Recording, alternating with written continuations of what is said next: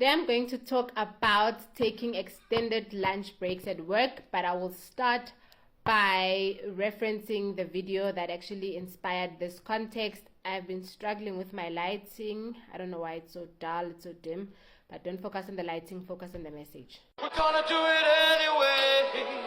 We're gonna do it anyway. We're gonna do it anyway. We're gonna do it anyway. So, my fellow brethren and sisterin, being absent is not just about showing up for work. It also includes the following: arriving late for work, which is poor timekeeping. This also counts as absence if the employee isn't at work, leaving early, taking extended tea or lunch breaks. So it covers the video that actually inspired this. So this is also counts as absenteeism. Handling personal matters during working hours, prolonged toilet breaks, pretending to be ill, spending excessive time fetching or carrying tools from one place to another.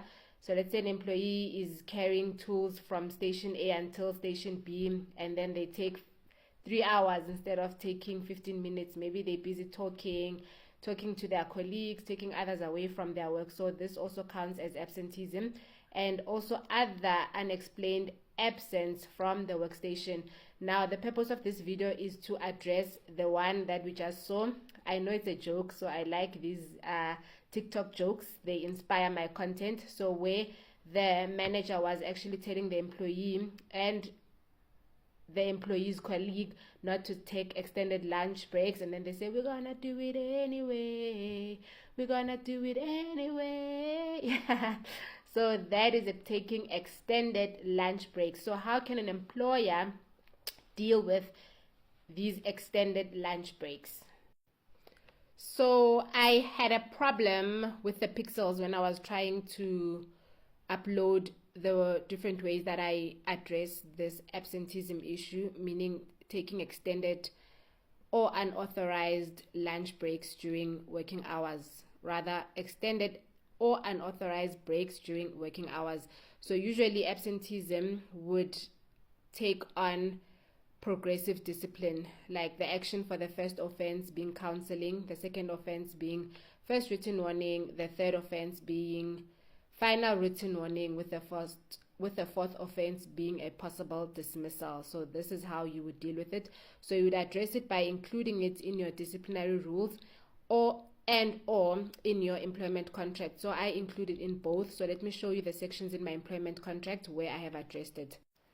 So firstly, in my employment contract, I address it here under working hours. So what you see in red is because this is a template. So I would change it according to the client that I'm doing it for. Maybe the client, their working days, for example, are Monday to Thursday. Another client can be Monday to Saturday, whatever the case might be. So I would address this in the employment contract. So let's say the employee is working Monday to Friday.